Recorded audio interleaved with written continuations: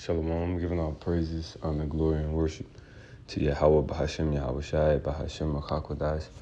Double honors unto the elders and the apostles of Great Millstone, and greetings and salutations to you, Akim, upholding the testimony of Yahweh Shai in truth and in sincerity.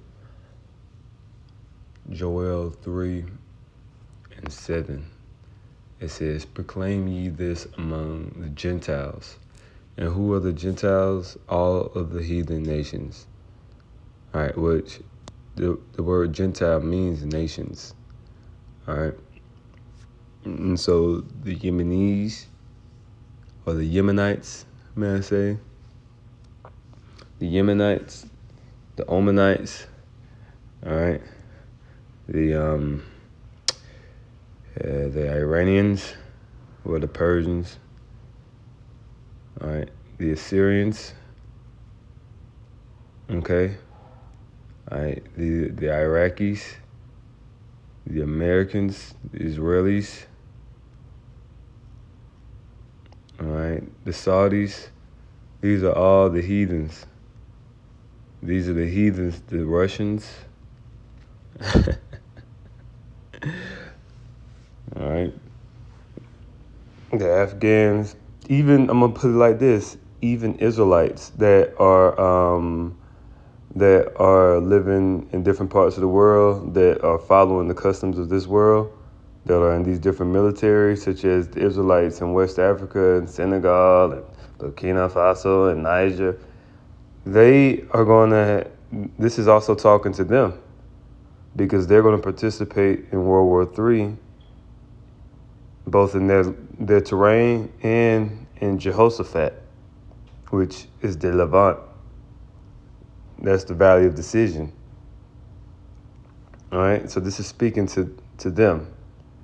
All right, it says, "Proclaim ye this among the Gentiles, prepare war, wake up the mighty man, let all the men of war draw near." And that's what's taking place. That's what we see taking place in Yemen. They're screaming in the streets. They're chanting. They're protesting. They're saying, "We're ready. We're ready for the holy jihad." That's what the Yemenites are saying. You know, they want the smoke until they become smoke. But it says, that's good. Keep that same energy. I'm not disencouraging the Yemenites. I hope the Yemenites continue to do what they think is best for their national interests. It says, by the way, all of that is going to be a part of the promised land of the kingdom. From river to river, from the river of Gihon, or the Nile River, as you would consider today, all the way to the river Euphrates. So you're going to have to give all that up. We see you too, you Omanites. Don't think you're too south for us. We'll come get you too. You had us on plantations. You built them slave ships for the small hats to put us in. We haven't forgotten. Anyway, it says, "Proclaim ye this among the Gentiles, prepare war, wake up the mighty man, let all the men of war draw near, let them come up. Beat your plowshares into swords and your pruning hooks into spears. Let the weak say, I am strong." That's what the Yemenites are saying. At one time, the Houthis were considered weak, but now through asymmetric warfare, modern weaponry with rockets, missiles, things of this nature, drone technology, drone warfare has changed the game. It's even the playing field. Drone warfare. It's cost efficient and it's effective. And so that's what are we seeing take place? This is the weak saying, I am strong. The Yemenites could not say this. They couldn't do this 30 years ago. 30 years ago, no way in hell would they have been able to do this. Shut down the Red Sea the way they doing. Sending missiles on ships, targeting ships or drones. This is the weak saying, I am strong. This is biblical prophecy. You know, and then you got the Lebanese, or you You got Lebanon. You got Hezbollah.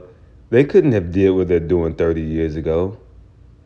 Look what they're doing now. No, it is the power, the influence, the rocket arsenal, the missile arsenal that they have in their pocket now is completely unrecognizable to what they had 30 years ago. It's unrecognizable. It is unrecognizable. They could drown the Israelis in a rocket barrage, and the Israelis could do the same to them. You know, and that's what's going to happen. And what's going to take place is everybody up on top of the ground is going to turn into mush mush. If the majority of people, when these rocket barrages go down, man, it's going to be worse than the carpet bombing of World War II, which was terrible. And these people that's on the ground, everybody that survives is going to be underground in underground bunkers in tunnels over there. All right. And then it's going to be underground warfare where they're trying to compromise each other's tunnels, just like they did during the time of the Ottomans. Well, not they, but during the time of the Ottoman when they tried to build tunnels underneath the Byzantine limestone wall, and they tried to compromise the wall. By the end, they tried to enter the citadel. But what Byzantine did, they built like walls. They built tunnels as well. All right, they built tunnels as well, and they compromised the Ottoman tunnels by intercepting their tunnels. And it was a tunnel warfare, underground warfare. That's what's going to take place. But then also you're going to have warfare above as well. You're going to have pockets of resistance in different parts, especially in the hill country of Lebanon. That's going to be big time warfare. Small hats, these guys they're going to get pulverized by missiles from all fronts. Anyway, let's continue to read. It says, "Assemble yourselves and come." It says, "All ye heathen, gather yourselves together round about. Thither cause thy mighty ones to come down, O Yahweh." And what is that talking about? That's talking about the Lord angels. The mighty ones of the Lord, the mighty ones of the Lord is what you consider the host. That's why Yahweh is considered Yahweh Matazabawath. He's considered the Lord of hosts. And the host means armies. Tazabah, soldier. Tazabawath is soldiers or armies in the Hebrew. And so he's considered the Lord of armies. And the Lord has an army too. Putin got an army. Kim Jong-un got an army. Well, God also has an army. America don't got no army. I'm just joking. But, the Lord is going to come with his army. It's a song I'm sure you guys are familiar with. When the saints come marching in. When the saints come marching in. Well, that's going into his angels. His angels are considered saints, is what Kodash in the Hebrew. Now also the elect men are also considered the saints. And they likewise will come marching in the time of New Jerusalem coming out of heaven. You got to remember, they're going to send up when when the hosts of the Lord come down, the armies come down, the elect men are going to eventually ascend up before Babylon is destroyed. The angels are going to be doing work. They're going to be zapping stuff.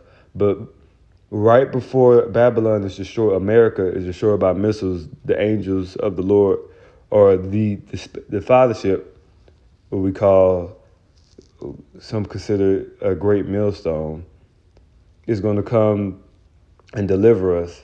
That's what essentially what fathership means, a great millstone.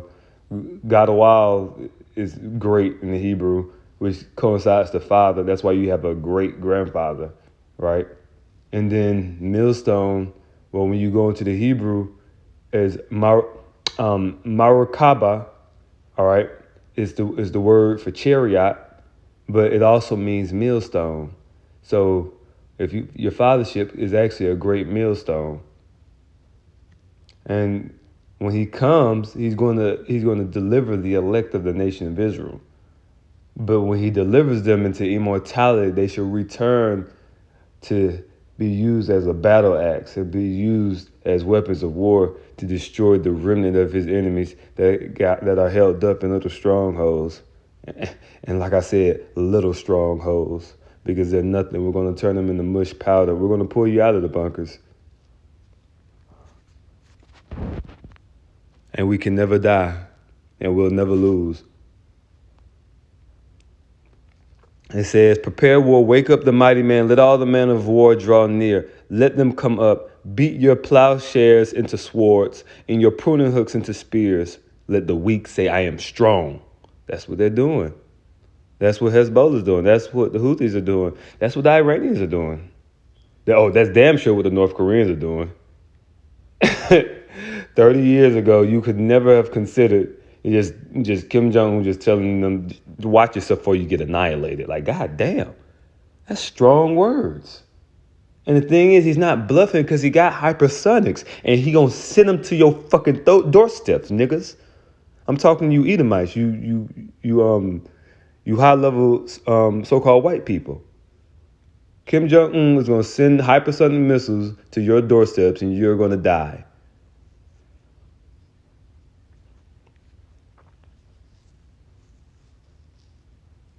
That's why he became strong. You should never let him and Putin get too close. As Putin just blessed him with the hypersonic. Oh, and best believe he got it to put. He can put that warhead on there too. Don't deceive yourself. That's all they fucking focus on. You think they're not gonna get some missiles? You think they're not gonna get the nuclear? You think they ain't gonna have intercontinental? And when that's all this nigga the people of this country just starving. They don't got shit. All this nigga's focused on is building missiles. You think he ain't gonna accomplish his goal? That's all they've been focused on for the last 50 years is just building missiles, nothing else.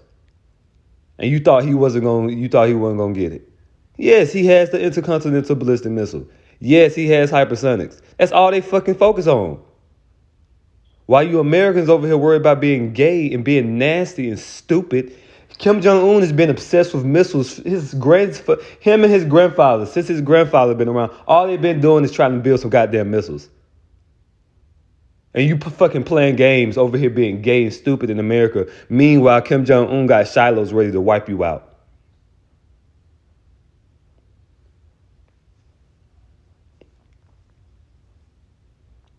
Verse 12, let the heathen be wakened and come up to the valley of Jehoshaphat. And that's what's going to happen. You nations are going to go to the Levant. You're going to bring your armies. You're going to bring your missile defense systems. You're going to bring your tanks. You're going to bring your artillery systems. You're going to bring your special forces. You're going to bring your AI technology. You're going to bring your drones. You're going to bring your ships into the Red Sea. You're going to bring it to the Arabian Sea. You're going to bring it to the Persian Gulf. You're going to bring your soldiers into the Levant. And you're going to fight it out and duke it out in the valley of decision.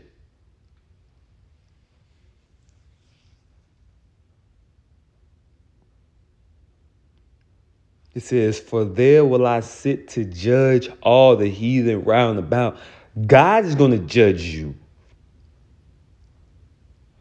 And then they say, this is what the heathen say. No, he not. God ain't going to judge us. Well, I guess you're Ramses the third because the second wasn't good enough. He judged Ramses the second in the Red Sea. Ramses the second, he had similar ideology as you. He thought he was a god. He thought he was the great fish of the of the Nile. He thought he was the great sea monster of the Nile. But he wasn't. And he died in the Red Sea by the hand of God, the God of Abraham, Isaac, and Jacob, the God of the Israelites. Pharaoh and his whole host, they died there. A terrible death. And after they died, the children of Israel, we looked and we saw their dead bodies floating on the sea. And we were amazed. You guys won't have that opportunity. All of you will be turned into powder by concentrated fire. We won't see your dead bodies. Only thing we'll see is smoke, or may I say, dust in a pillar of smoke. And when we see it, we're gonna be afraid. Let's get it. I'm actually gonna get that scripture. Let me finish reading this. Verse 13. Put ye in the sickle, for the harvest is ripe. Come, get you down, for the press is full. The fats overflow, for their wickedness is great. Multitudes, multitudes, in the valley of decision. For the day of Yahweh is near in the valley of decision. And this is what the Lord going to judge these nations, but he's going to deliver the children of Israel. Watch this, verse 16. It says, for Yahweh shall roar out of Zion. Zion is speaking of the Israelites. It says, and utter his voice from Jerusalem. That's talking about the Israelites. That's talking about when we prophesy and preach. And then also he's going to do marvelous works amongst us in Jacob's trouble to protect us, give us spiritual powers, things of that nature. It says, and the heavens and the earth shall shake, but Yahweh will be the hope of his people. Right, the heaven and the earth going to shake because of nuclear missiles. But the Lord going to be our hope. And we're not going, hopefully we don't get destroyed by missiles. Because Yahweh Bahashim Yahushua is going to save us. It says, hope of his people. It says, in the strength of the children of Israel, showing you that his people are the children of Israel. We just read it. It's right there. The Banya Yasharala, sons of Israel. Verse 17, so shall ye know that I am Yahweh, your God, dwelling in Zion. See? Meaning he dwells in us, our hearts. He dwells in the people of God. It's not talking about over there in the Middle East, in the landmass of Israel, because look how they act. God don't deal with them. Them small hats are evil. They're terrible people. Look what they're doing to Gaza.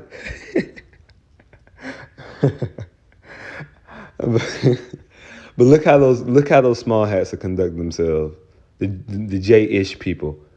Look at that. They're not the people of God. They're terrible human beings.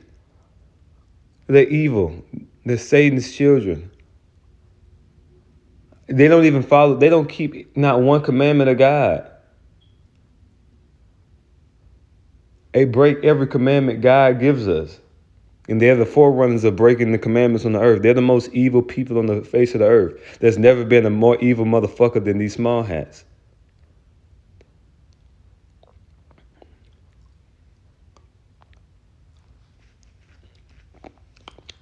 And then somebody might say, what are you talking about? Are you saying they're more evil than Antiochus, the fourth Epiphanes? I can see a small hat saying that, because the only people who will know that is small hats, because that's where you get Hanukkah from. When the so-called white man came up against us during the time of the Hasmonean period. So regular Edomites not even going to know about who Antiochus the fourth Epiphanes is. Only people know that is scholars and Jewish people, and then us, the Israelites. Now, I can hear somebody saying that. I can hear a scholar saying that. I can hear a small hat saying that. What are you saying, that we're worse than Antiochus the fourth Epiphanes? Nigga, you are Antiochus fourth Epiphanes. You are the descendants of the Greeks. You're not an Israelite. You're a Hebrew Edomite. You migrated to Greece. You conquered the world calling yourself a Greek or an Ionian, but you're not Greek.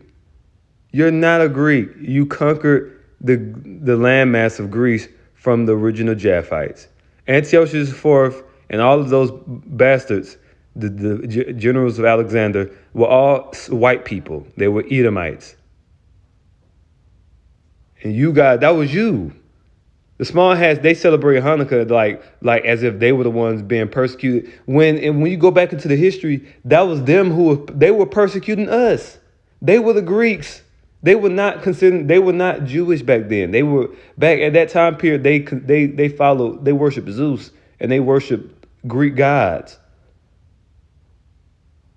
Then they migrated further east during the different dynasties. Especially when you talk about the Seleucid dynasty, they migrated further east, further to Bactria, further, and then they start conquering the Eurasian steppe, calling themselves Turks. You're not no goddamn Turk. That's why the small hats say they Turks when they not Turks. Or no, the small hats don't say they Turks, but they used to call themselves Turks back in the day. Now they say they Jews, but they not Jews. They're vagabonds. This is the son of this is the seed of Cain. A vagabond thou should be on the earth. They keep changing their identity. First you're Edomite, then you're this, then you're a Greek, then you're a Turk, then you're a small hat. Like, how many identities are you gonna have? And you're not no goddamn Turk. You're not a Turk. They hijacked all these identities from people. They are the Edomites.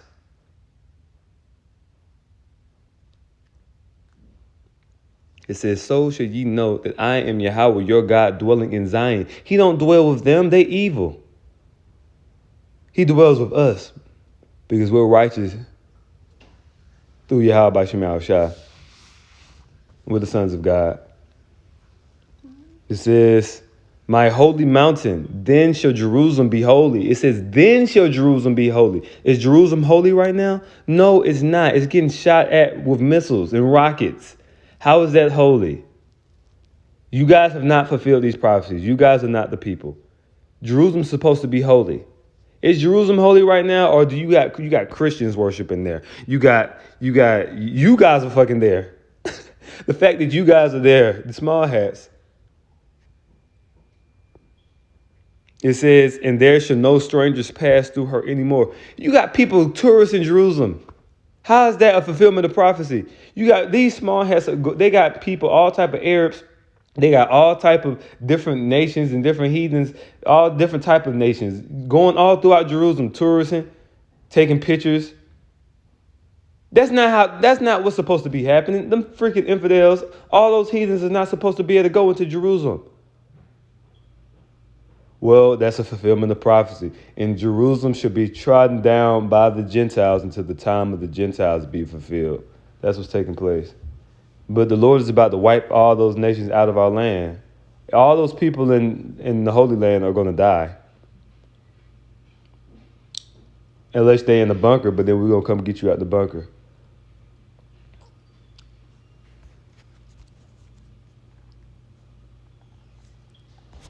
Let's get that. Obadiah.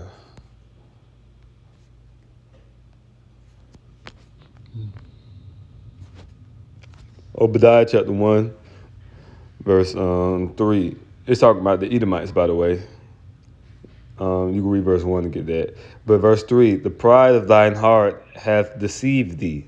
And this is speaking of the Americans, NATO, EU, those guys. This is, the pride of thine heart hath deceived thee. The small hats, because they're also Edomites. It says, thou that dwellest in the clefts of the rock. When it says they dwell in the clefts of the rock, that's talking about they have prominent, powerful positions in society. They have fortified positions in society. All right.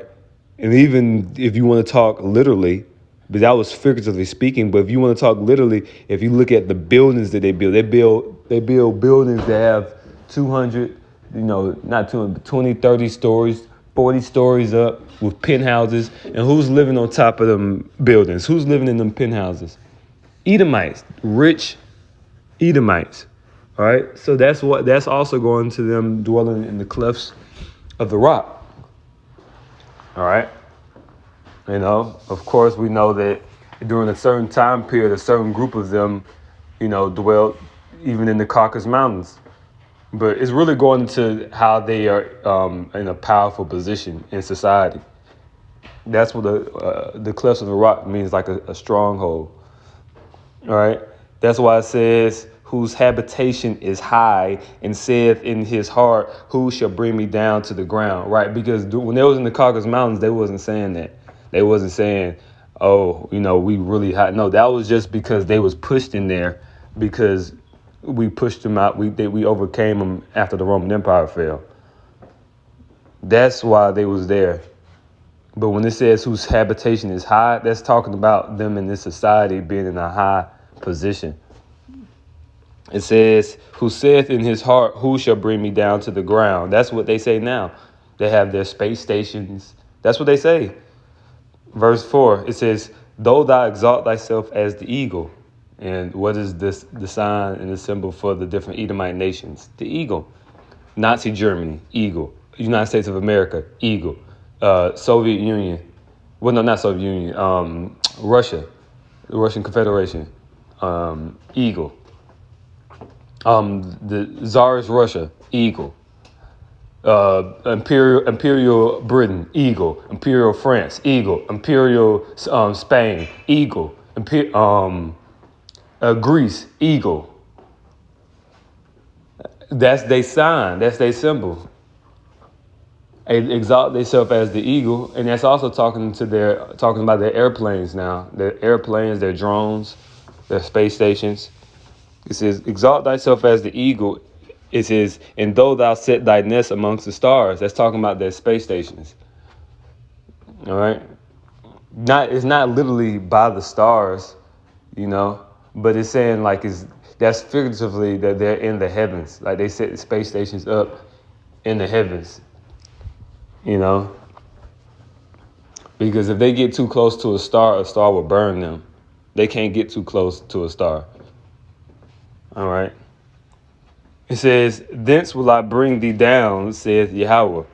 All right. So the Lord's bringing them down now. That's why we see Trump he just established the 6th branch of the American military, which is the Space Force. Well, the Lord's about to bring you down. Now he's about to bring you down. All right. And he's been bringing you down since 69. It has been since this truth came into this earth.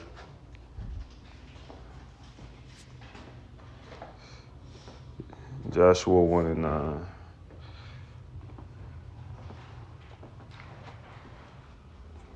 And so we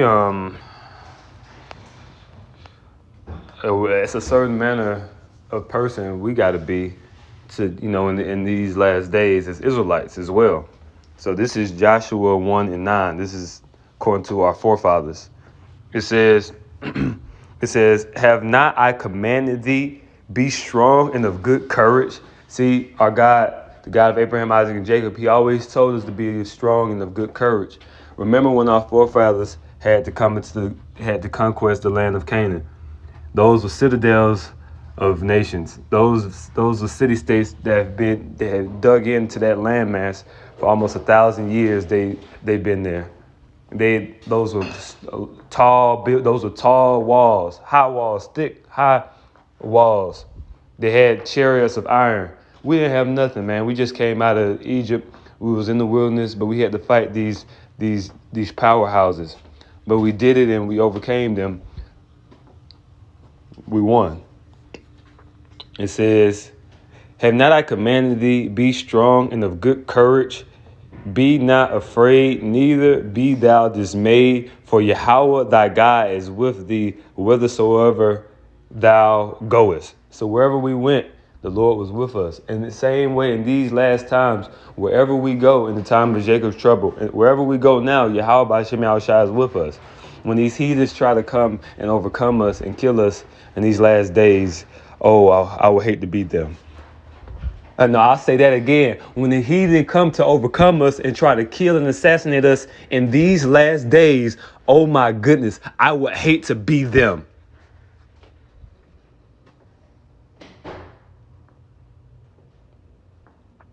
And it's disappointing because they were sitting on a dummy mission.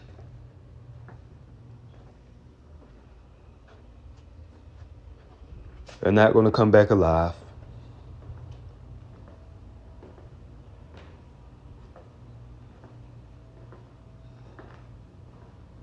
Verse 10, then Joshua commanded the officers of the people, saying, pass through the host and command the people, saying, prepare you victuals, for within 3 days ye shall pass over this Yarden, this Jordan, to go in to possess the land, which Yahweh, your God, giveth you to possess it.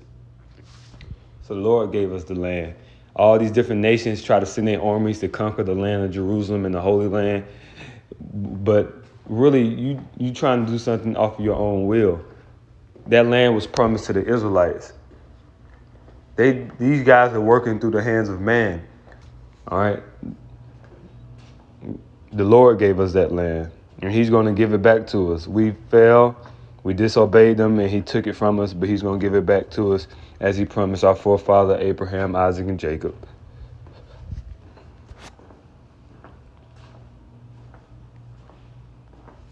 We will be redeemed.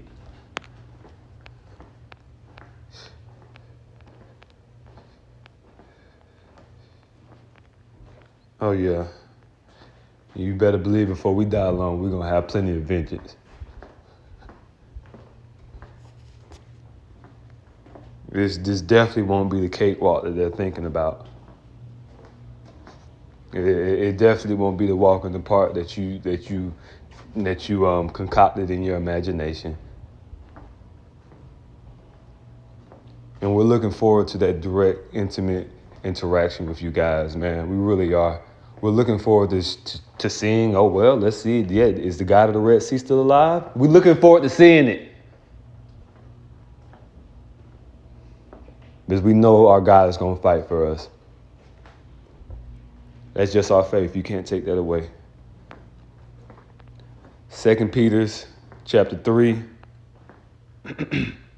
verse 10. But the day of Yahweh will come as a thief in the night, in the which the heavens shall pass away with a great noise, and the elements shall melt with fervent heat. That's talking about because of thermonuclear missiles. It says the earth, the earth also and the works that are therein shall be burnt up.